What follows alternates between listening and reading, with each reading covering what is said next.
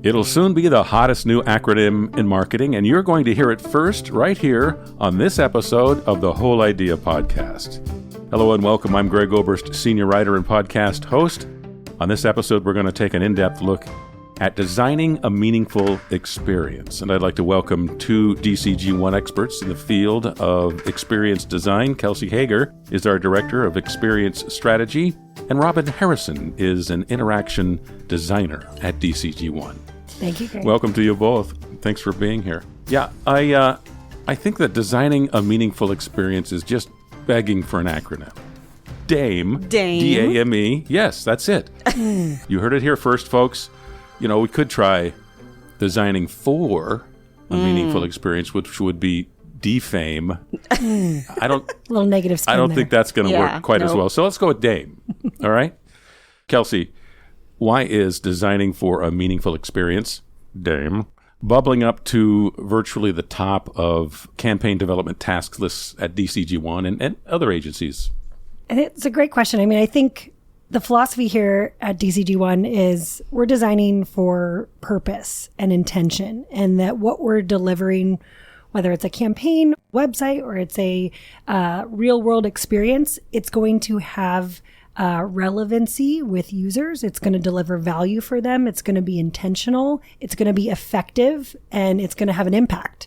And so if we're not thinking of the meaning when we're working through our design process, there's no guarantee that it's going to work. And it's our job to ensure that it works.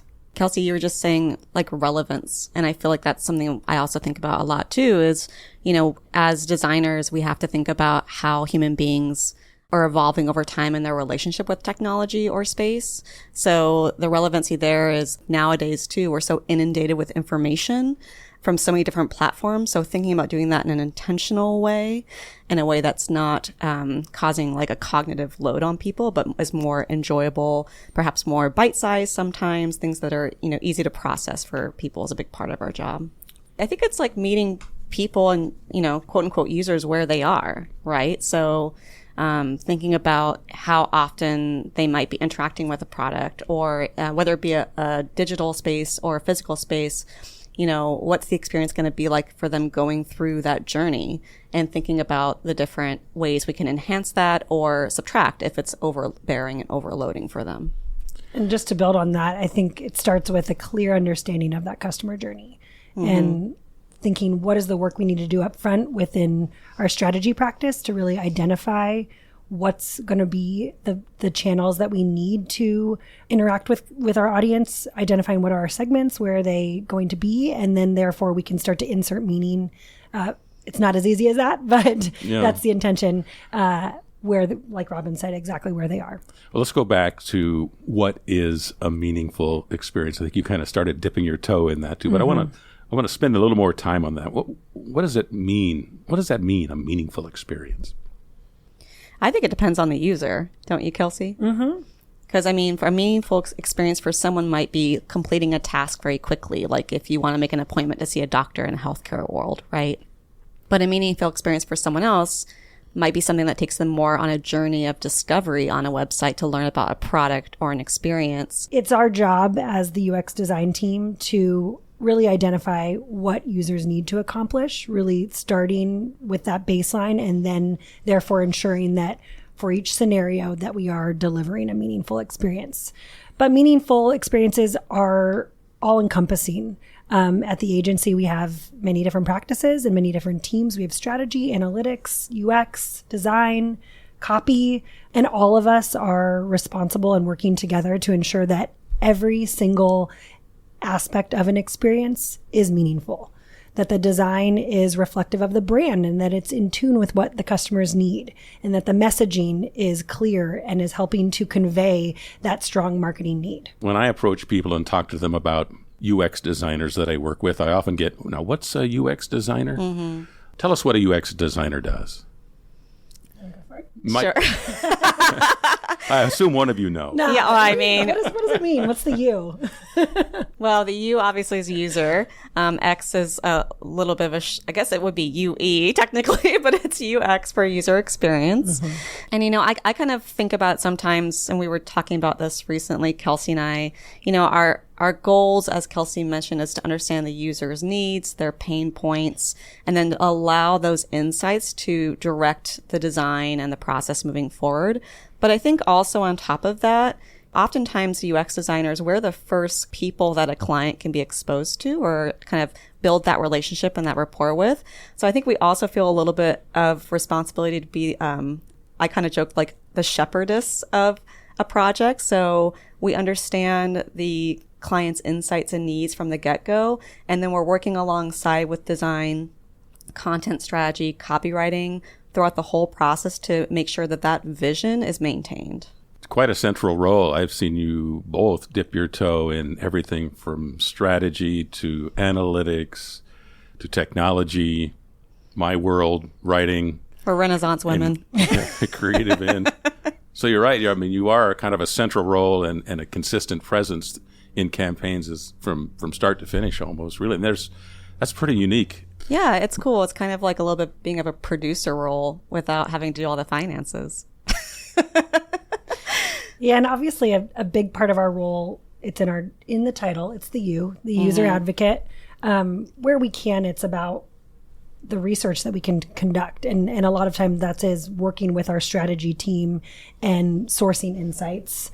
But truthfully, customer research isn't always on the table in our agency projects. And so in those instances, we have to rely on best practices and really working with our clients who know their customers best and understanding as much as we can about their audiences and what they need to accomplish. And that's really our key role in ensuring that we're hearing from the clients what their needs are and what their users' needs are, finding that balance. And then, as Robin said, kind of shepherding a project to ensure that that is always top of mind as we move through messaging and design and into development, depending upon the project or build, whether it's more of a real world experience. I think also, too, going back to the relevancy thing, staying up to date with just what's going on in the world. And that sounds like a really big, vague comment. But if you think about it, like, for example, if you think about the way that we interact at the grocery store when we're checking out, the way we check out today for many people is really different than it was 20 or 30 years ago. So these are all sort of the things that we think about in UX design. Kelsey, you make a great analogy to user experience and the importance of understanding the customer in a blog story that you wrote on DCG ONE.com. Tell me about the sandwich story. Sandwich analogy. Yeah, absolutely. I was thinking about how might be a relatable way to deliver the value in a very succinct way, the value of UX. And I was thinking about an experience where you might be ordering a sandwich, whether you're at, your favorite sub shop, I won't name names, deli counter in the grocery store. And it's this kind of back and forth of order taking. And in the analogy to describe, imagine you said, "Hey, I want a sandwich." And the sandwich designer says, "Great, I'll make that for you." And you get something back, and sure, it's a sandwich. It looks like a sandwich, feels like a sandwich, maybe tastes like a sandwich, hopefully, but it's nothing that you wanted or desired. And that's because the designer on that side, the sandwich designer, did not ask you any questions about what you might need and what are your tastes and interests, and therefore to make something that is relevant and personal and meaningful to you. It's not meaningful if it's just a sandwich. Maybe it's sustenance, and that's important in life, but it's not delivering that delight element. It's not memorable. You probably aren't going back because it isn't what you truly need or want. But just that act of listening and customizing elevates that whole experience and makes a larger brand impression. It was really impactful. And to go deeper with the sandwich analogy, I mean, there's opportunity there for that sandwich maker to impart knowledge around what might be the most relevant and interesting and trending sandwich ingredients. What are some opportunities to make that customer wowed? I'll leave it at that, but you know where I'm going. Yeah, I think we've eaten that sandwich pretty thoroughly at this point. Now, Robin, or for both of you, let's get more specific about how you go about creating an experience. How does it start and progress through to the customer? It's a great question. I think everything we do at the agency at DCG ONE starts with intention and thought and strategy. And so, to be clear, we're not doing this in isolation. We are kind of on the front lines of projects. But oftentimes we're also downstream from our strategy team where we're leveraging insights that may have been collected at a market level. But when it does come into our space, that's obviously what Robin and I can really speak to. We start with discovery. It's really getting smart on what we can about a product and a brand, and any resources that can be shared ahead of time. We want to see it all. We want to really take a thoughtful look at that. And there's additional members on the agency that are also doing that. Our content strategists are looking at it from their perspective. Our designers are obviously making sure they have a keen understanding of brand guidelines, if it's something that we are consuming versus creating ourselves. But it's looking at everything and starting to formulate questions, lots and lots of questions. We want to become as much of experts as we can in the space within a short amount of time. And really then it's some thoughtful Q&A with the client. It's sitting them down and going through our questions. Robin mentioned our Discovery ONE process, which oftentimes we use when we're trying to crack a big challenge. So depending upon how understood the solution is, we might start really broad and really just have a listening session where we're hearing everything we can from a client. And then when it comes a little bit more focused on what we're creating, whether that's a website or maybe it's, I keep referring to a real world kind of tangible experience that humans are interacting with, and there's physical elements to that, then we start to put a little bit more shape and structure to our questions and point it into that channel, for example. Okay, so that's part of that discovery process, that upfront. So you have everything you need. You've talked to the client and you've got some data and some experience to look at. And how do you corral all of that information and funnel it into some working documents or go-to processes that you can hand off to other people for them to use? Well, I would say, especially with the Discovery ONE sessions we do, we all get together as a team and start to synthesize down the information. So sometimes that's virtual Post-it notes, sometimes it's whiteboarding, but sort of taking all of the feedback we received and trying to find and pinpoint those common themes. It's bringing our clients along to ensure that they're informed at every stage of synthesis and kind of giving them consistent readouts. In web design projects, oftentimes that first deliverable looks like a sitemap where we're communicating the architecture of a website. And that is not done with little time. It's really lots of discussions with our clients and understanding of in websites, understanding site data and performance analytics and how are users interacting with the site? Where do we see opportunity to streamline this? But that gets kind of all packaged up in what might look like a very simple sitemap and a few boxes on a page. And something Robin and I have talked a little bit about is that how we communicate the plan is almost as important as what the plan is itself, and ensuring that we are thinking of our clients as our users and that they need to understand what our vision is and based on all the inputs they've provided for us. So visuals, like Robin said, are really helpful in articulating what's coming next. So whether that's site maps or wireframes, or a user flow process map, just sort of saying, step 1, log in a site, step 2, click on this page. I mean, that's something that they may have explained to us over the course of an hour, but to just see it very simplified, almost like a table of contents, step 1, step 2, step 3, goal, or, whatever the processes we're trying to solve for, just that simplified sort of like bite-sized way of looking at it can really help a lot. It's crucial at this stage that we have a shared understanding of what it is we're going to go build on and enhance in the design stage and the copywriting phases, because this is where we're outlining the meaning, to tie it back to what we're here to talk about, tie it back to Dame. At this stage, we really are looking for alignment with our clients. We want them to know exactly what we're going to go do ahead of going to do it in the next stage, whether that's copywriting or design or putting more shape to it. We really want to have a shared understanding of the meaning we're going to be creating. Yeah. And I would say too, with the alignment thing, it's what are we trying to solve for? but also what are we not trying to solve for at this point in time? Because as we know, oftentimes projects can, like, you can't solve every single problem at one time. So we have to sort of think about the phase approach and how do we start to think about, okay, what's the first primary problem, but then what other problem might come later after that? That's like the secondary part of the solution. So it's also very much, I think, kind of putting things into chapters in a certain way with large projects. I've heard both of you say on occasion, we need to UX our own process. Yeah. And there are a million documents that sort of help you through that whole process. I've observed that you seem to have more documents than the government sometimes. Hopefully they're easier to understand, though. But no, they're all very helpful for me, of course. We get to be the eyes of the UX as it moves through and just, share perspective and guide through kind of the final stages. Is that the end of the process? That's it, and then we're done. Then we say, see you It later. never ends, Greg. Yes. No, absolutely not. I mean, that's where we move into optimization and measuring analytics where we can, and partnering with our analytics teams to understand how are things performing and where might we find opportunities for improvement. There's lots and lots to do. It's never done.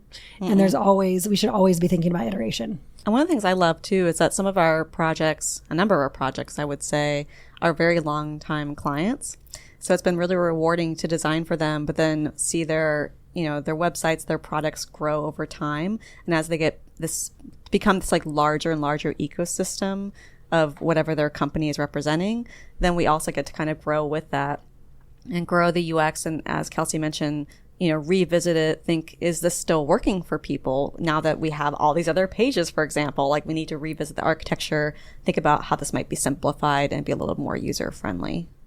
So let's talk about principles. You must have some guidelines, something of a backstop, something that you can go back to on a consistent basis to help guide you through the work and make sure you're being true to the goals of meaningful experiences along the way. So what are those principles that help guide you?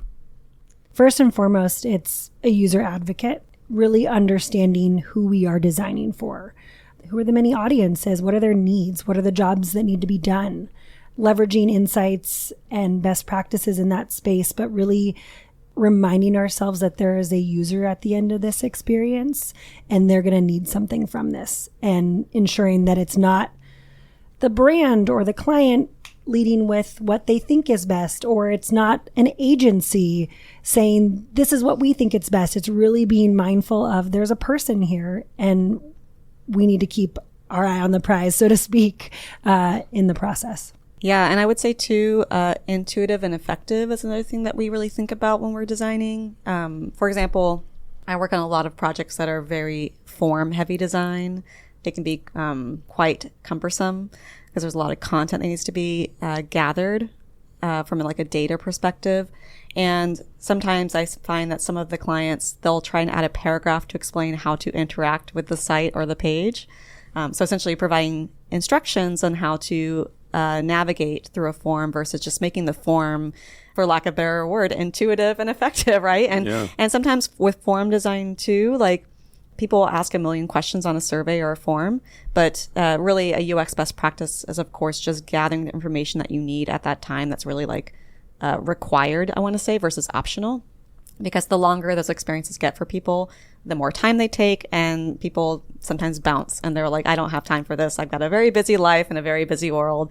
So again, thinking about the UX experience of navigating those is, I think, a really great example of intuitive and effective design. Mm-hmm.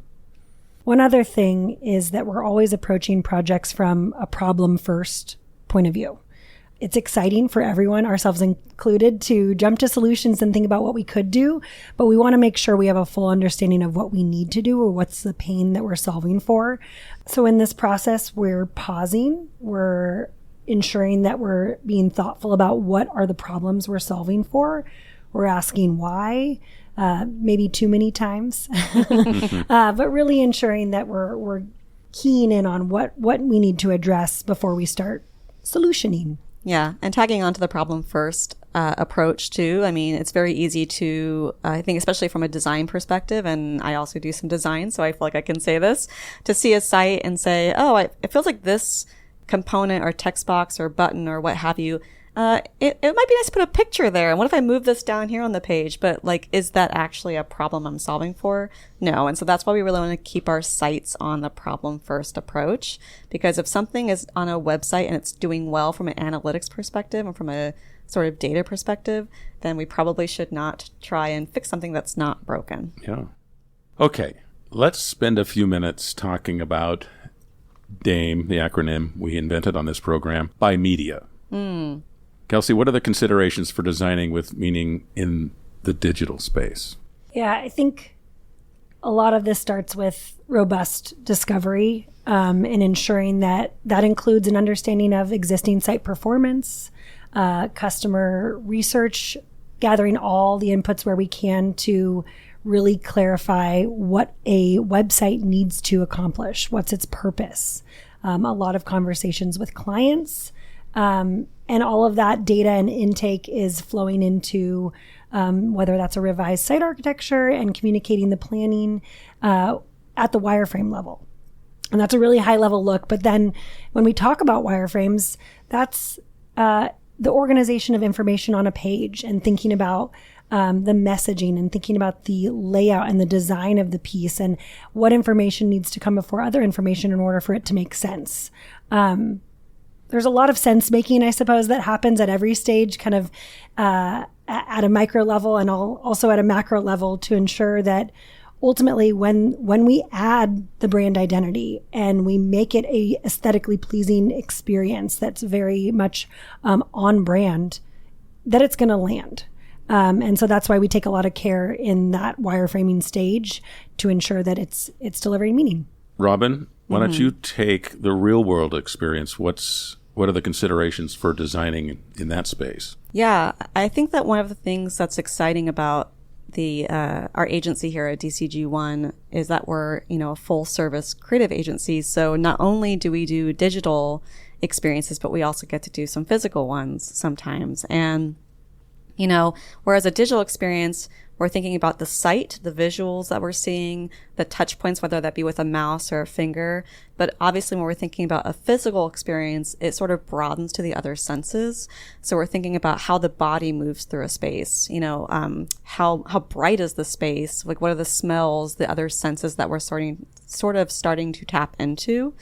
And I think too, we see UX in a physical space everywhere we go every day, right? So for example, we always joke in our little UX channel on Slack about, I went to the washroom the other day in a public space and the hand dryer was right next to this faucet, but the soap was way over there. And like, why is it like this? Who designed this? And certainly you can find loads of examples of this online where like the ramp is in a really strange place to get to the door. So if you were in a wheelchair, you would really struggle or just not be able to get in at all, sadly. And so we have to sort of think about, in a physical space, who are the users accessing the physical space?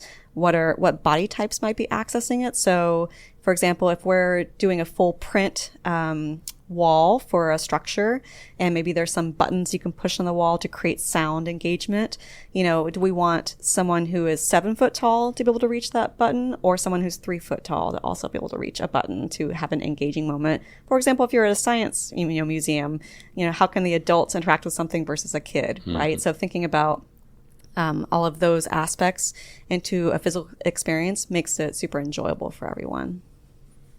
And then more recently, there's the consideration and integration of digital experiences with the real world experiences. We're certainly seeing that in integrated direct mail, for example, the mix of traditional and digital media. Yeah, and we've even done projects in the past too where, we're thinking about the physical flow of how humans move through a space. Thankfully, there's a lot of great research done on that. I know I've done projects on how people move through museums and exhibits in the past. So we have worked on some things like that where we're thinking about, okay, as a user, I'm entering a lobby of a certain space, and perhaps the first thing I need to do is check in. But then after that, I might turn around and then I see something very visually striking, like a large scale print that we've done here at DCG. But then there might be little touch points of tags I can scan with a QR code on my phone, and then boom, I'm thrown into this digital world. So there's so many different UX experiences that we get to build here at the agency. Again, thinking about the whole idea, if you will, of all the different full service creative things we can do. But those are all important user experiences, whether they be digital or physical, that we have to account for. We've talked a lot about the user and designing a meaningful experience for that person, but we can't forget about the client and the brand here. Without a clear understanding of business goals and requirements and what the organization is looking to achieve from an experience, it doesn't matter what the user experience is. It needs to be rooted in what the client's needs are, and we get to complement that with what the user needs are.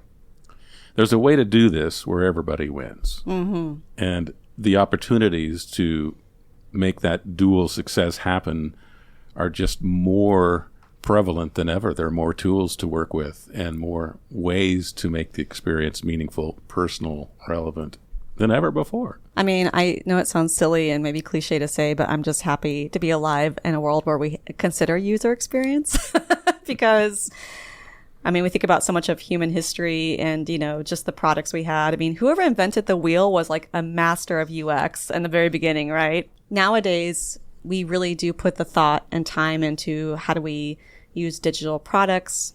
How do we navigate through a grocery store? How do we, do our everyday life task? And when we think about how much faster our tasks are as users in general in our everyday lives now, I mean, now we have dishwashers versus not having to hand wash everything. I mean, there's so many aspects of the world of UX that now in the time that we're living in has improved our lives versus history. And so I think that's pretty exciting. And I think it's an exciting world to be a member of. Robin, we've had dishwashers for a while. I mean, Greg, I didn't have one for a long time. I did want to add, where we are now with advancements in technology, people expect a more personalized, relevant experience. And when that's not given to them, it feels like a misfire. And it feels like, well, this is the norm. You should know who I am. You know my behaviors. You know my spending habits. Don't you have all this data on me? Haven't I given this over to you? But there is this expectation of being relevant and knowing me. And we've done a number of research projects recently where that is a consistent theme. What do people want from this program? They want it to be tailored to them. They want the relevancy. So that's huge in this space of creating something meaningful, is that we're really thinking beyond personas and really think about how we can layer in what we know about individual users. Yeah, and I think a lot of meaning too is thinking about how we interact with our experiences. And a lot of times that's how can we save the user time that can be spent in the rest of their human life, right? With their family, outside of work, outside their task. How much time can we give back to them, I think is a huge part of crafting a meaningful experience. Kelsey and Robin, just to wrap up, what do you see for the future of UX? In the experiences that we care and feed for, host and manage, or have the opportunity to design, I think there's a lot of thought about how people find information and what might be possible there and how might we serve it up to them in really interesting ways that goes back to feeling really tailored and delivering on their specific needs. So that's top of mind for me. I feel like in our portfolio of clients and sites that we are currently managing, I see opportunity for that. I'm like, let's go and refresh these. I am so excited to have a different perspective on how people are searching for information and really looking forward to finding ways to bring that to our clients. Kelsey? Greg? He got emotional. He choked up. I'm trying to do a sign off here. Kelsey, Robin, this has been a great discussion. Thanks for offering your insight for the podcast today. Thanks, Greg. This was fun. Thank you, Greg. My key takeaways: a meaningful experience starts with clear messaging that has intention, purpose, relevance, and value, and then extends to the task at hand, engagement that's simple, convenient, and considers the human condition. UX designers need the freedom of access to and collaboration with professionals in strategy, data analysis, technology, and creative, acting as a virtual hub in campaign development. When designing for a meaningful experience, set principles to help guide you. We like the principles of user advocacy, problem and opportunity understanding, and making sure experiences are intuitive and effective. And when you design a meaningful experience, you'll be in a better position to help brands meet business goals with stronger and more consistent customer engagement and deepening brand loyalty and better ROI. My thanks again to Kelsey Hagar and Robin Harrison, our resident subject matter experts on designing meaningful customer experiences. Dame. If you have questions for Kelsey or Robin, or would like to chat with either one about designing meaningful customer experiences for your next campaign, write us at podcast@dcg1.com. Thanks very much for listening. Whole Idea podcast producers are Mandy DeCesar and Kelsey Brewer. I'm Greg Oberst. Watch this channel for our next podcast and more expertise, insight, and inspiration for Whole Idea marketing. Take care.